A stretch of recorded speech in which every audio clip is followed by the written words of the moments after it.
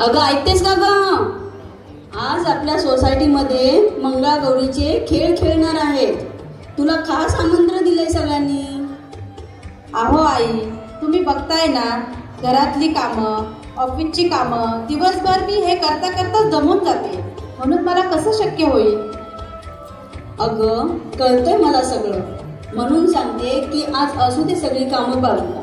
तू आलीस तर तुला पण चांगलं वाटेल आणि रिलॅक्स होशील. ऐका ग सगळ्यांनी, ही बघा ही माझी सून, तिलाच तुम्ही खास आमंत्रण दिलंय. चला तर मग तिला आपण मंगळागौरीचे खेळ दाखवूया.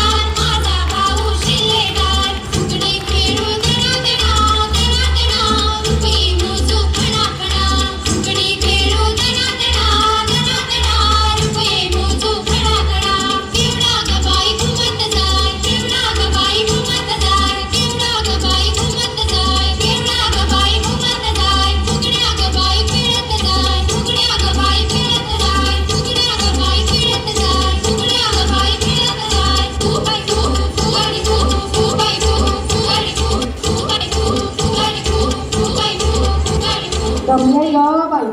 खरंच सासूबाई तुम्ही बरोबर बोलता, पण तुम्ही सगळे हुशार होता. या सगळ्या खेळातून स्ट्रेस घालवायचा आणि तेही एक पैसा खर्च न करता तुम्ही किती आनंद घ्यायचा. खरं आहे हे सगळं, पण तुम्हा मुलींचा सुद्धा मला खूप कौतुक वाटतं.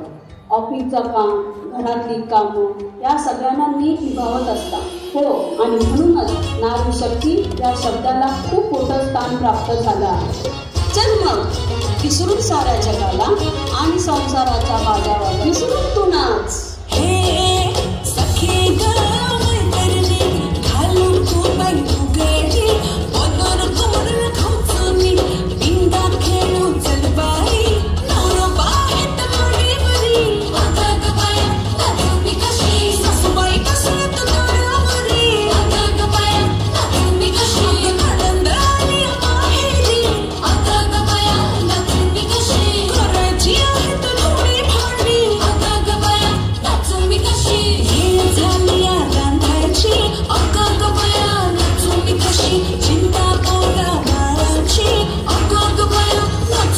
She